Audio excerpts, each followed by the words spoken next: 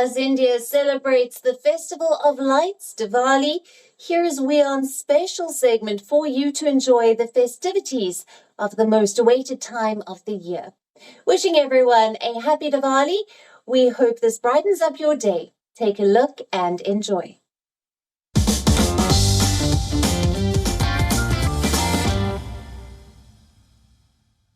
Greetings, happy Diwali, and welcome to a special segment where we take you through some interesting ways in which Diwali celebrations have evolved in India. I'm Rachel Charles. And I'm Nikita Singh. Now, sweets and Diwali go hand in hand, but there's a new premium segment that's opened up where a handful of them cost way more than you'd expect to pay for a box of Indian sweets. So how expensive are we exactly talking here? And is there something special that goes into these sweets? It's not so much about what goes in, but what does not go into them, as one of the people behind them told me. Take a look.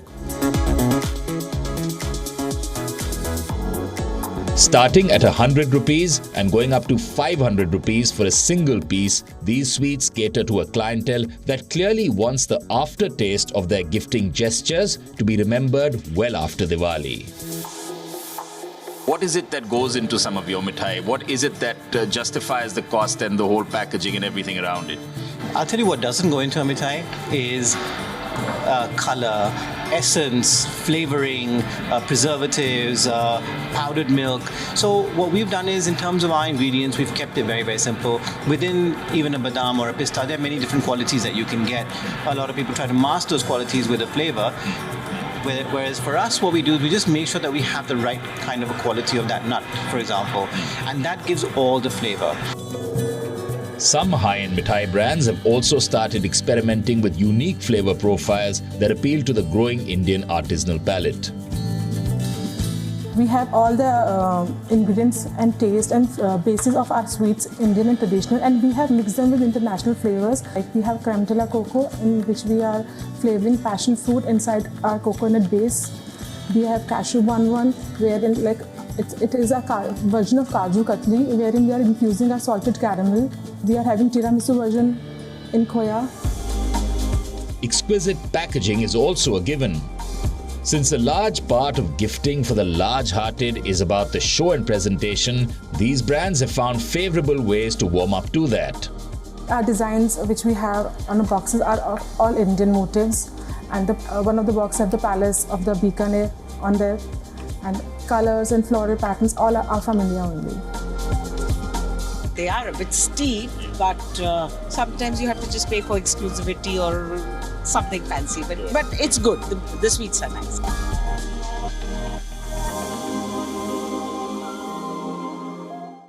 Well, certainly budget is no restriction when it comes to gifting sweets this Diwali that leave a lingering aftertaste in more ways than one. Definitely, it's all about making a statement. Speaking of which, Diwali parties are another great platform where people don't hold back, right? Oh, absolutely. In fact, Diwali parties are getting far more creative and innovative year on year.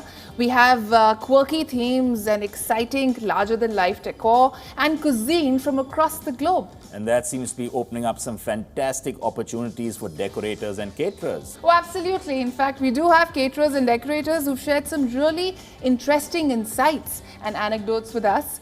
Listen in.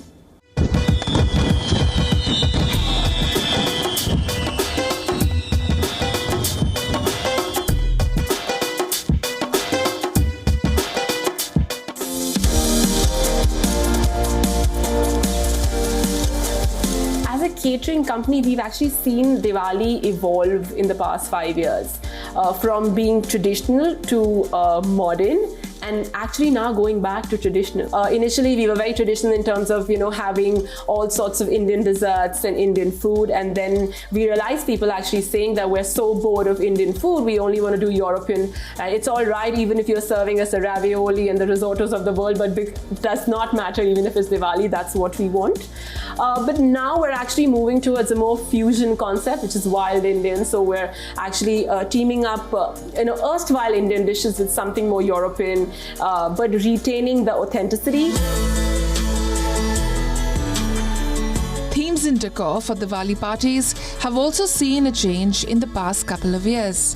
So earlier the Diwali parties used to have black and gold themes, Now people are getting into other colors and people are wanting different changes, and according to their taste, we have to modify that. From conventional delicacies to fusion concoctions, caterers have also evolved their menus and offerings to cater to the most discerning palates. In terms of cuisine, there is no limitation. Yes, Indian has to be there, some kind of Indian. It can be regional or generic stuff, but generally, especially our clients, they are okay with global cuisine. When we talk about global cuisine, that a lot of the major chunk would be European. So because people are well traveled now, I mean, they go and they eat different dishes and try different restaurants, and then they want to have something similar to it, or you can't replicate the exact dish unless you fly in the same produce, which is also a normal practice now.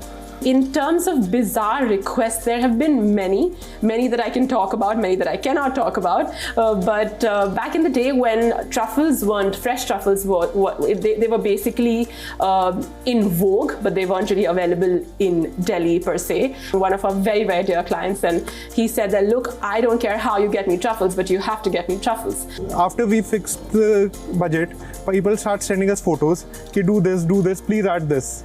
And it's just a small thing. We can't say no because it's a service industry. Each decision, whether it's the selection of decor themes or the menu choices, is made with precision and passion. The importance is to preserve tradition while embracing modernity, making Diwali parties of today a unique blend of cultural reverence and contemporary elegance. It's fascinating how Diwali can turn homes and venues into celebrations of light and luxury. Oh yes, the other side to this is how eco-friendly decor is finding its way into Diwali celebrations. And in fact, we have a range of sustainable options to choose from. Definitely. Being environmentally conscious is a non-negotiable luxury and in fact can be equally as glamorous. Here's how. As we prepare ourselves to welcome the Festival of Lights, our excitement levels to decorate our sweet homes also tune up. We have eco-friendly materials, we have reclaimed materials, and they are generally called green materials or green solutions. And by eco-friendly, I mean which is a non-polluting or a lesser polluting substance, and which kind of merges with the earth. And reclaimed is, for instance, there are fallen trees, there are fallen logs, or there are rocks which could be made use of. So making use of those instead of cutting afresh. So basically lightening the load on our planet. So here when I say I've got a reclaimed wood object which is a translated ledge, both functional and decorative, and on that we have lying the terracotta hands, which are again very eco-friendly. They just finish off with the soil. Wood, bronzes. Now look at this candle stand. Although it's done with reclaimed wood, burnt finish, yet it's got a very luxe element, a very unique presence in a space. Basic materials like copper, brass, ceramic, they work very well in terms of an eco-friendly decor. Now let's turn to the world of fabrics. An important investment that homes generally make as part of the festive season extravaganza. In terms of sofa fabrics or chair fabrics, we've got these kind of cotton kilns, which could be a stunning pattern out of these black and whites, or it could be out of these indigos. So these are completely cotton based. So they are very, very eco-friendly, absolutely. But it's difficult to change 100%. At least we could start. An interesting tip. You could always repurpose your existing furniture. Upholstering your current sofa sets is always an option. In case you have old classic furniture that doesn't really fit in with your current setting, no worries. You could always paint it in bright colors, making it look lively, festive, and current. It is not too late to act responsibly and integrate sustainability in your homes and resolve to make this into a lifestyle change and not just limit it to a trend. And that's a win-win for everyone there. That's true. Well, that's all we have time for, and we hope that this segment helps you celebrate this lovely occasion with your family in the style and manner that suits you the best. Here's wishing all of you a wonderful Diwali from all of us at WION.